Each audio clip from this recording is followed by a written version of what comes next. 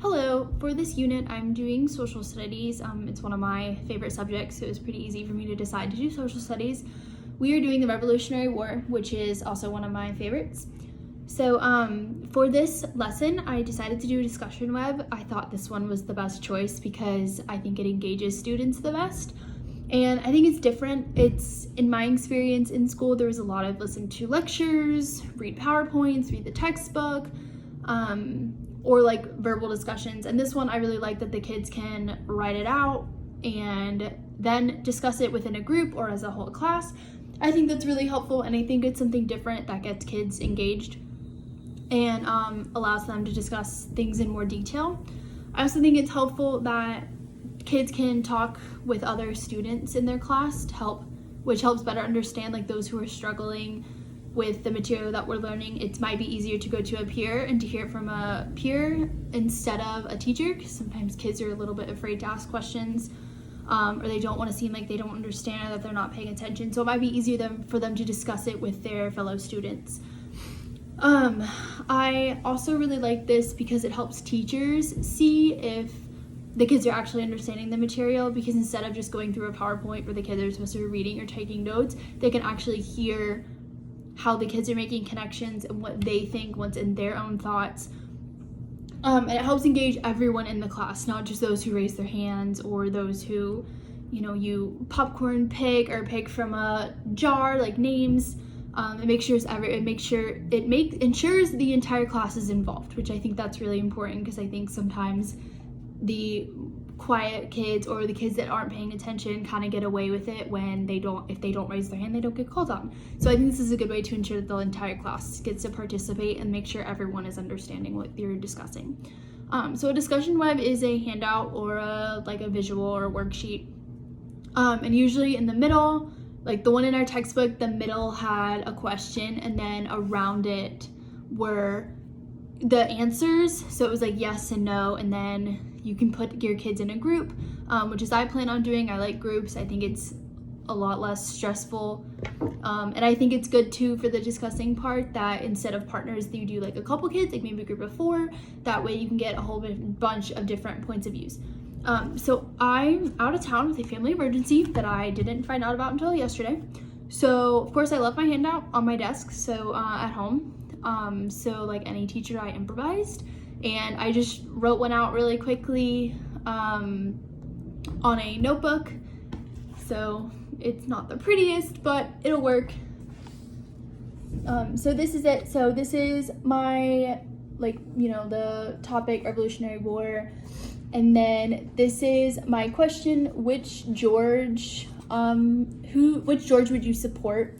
And so then here's one answer and here's a different answer, and then as a class we could go through the entire worksheet together. That's why some of these are blank. It's something that my 3rd grade practicum teacher uses with her kids. The kids really enjoy when the teacher does it with them and we can all go through it together. I think it helps them kind of brainstorm and connect more ideas.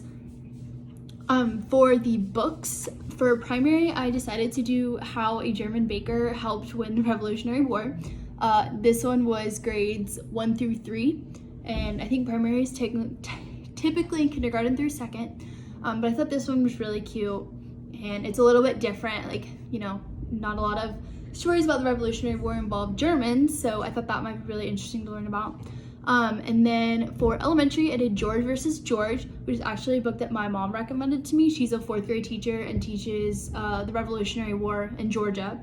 So she recommended that book to me. She was like, my kids love it. This is one of the really good books, and it brings up a lot of really good questions when she teaches it.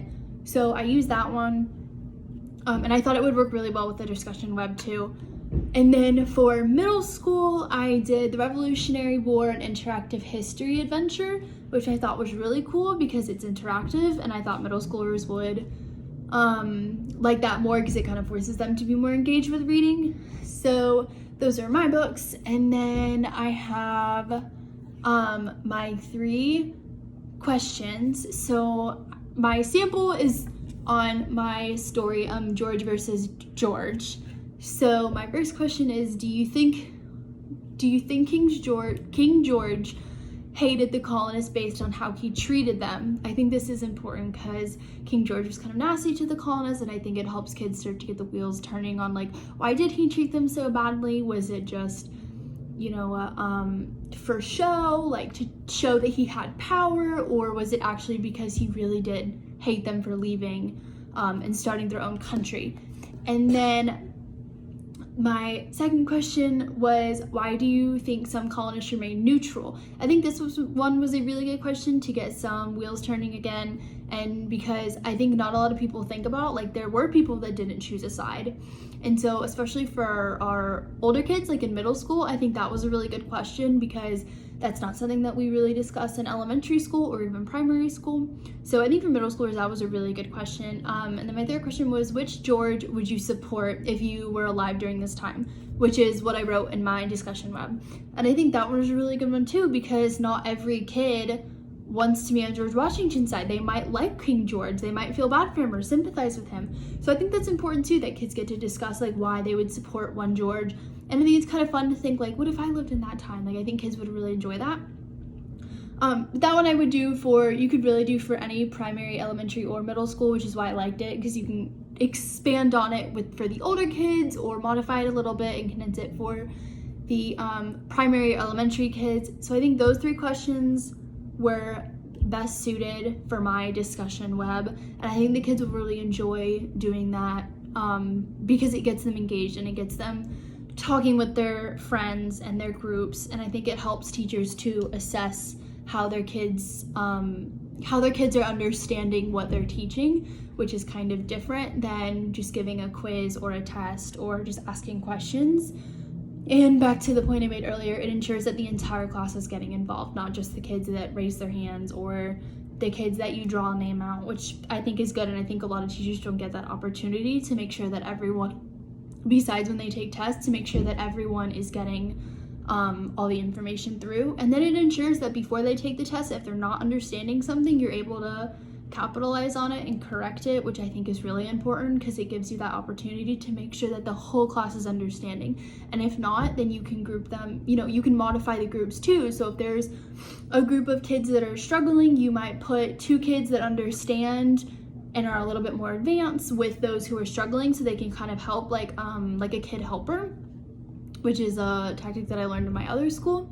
So I really like that too. That's something we use in our practicum. Take the kids that are really understanding and partner them with the kids that don't understand. So overall, that was my strategy. I actually had really fun doing this. Thanks for watching.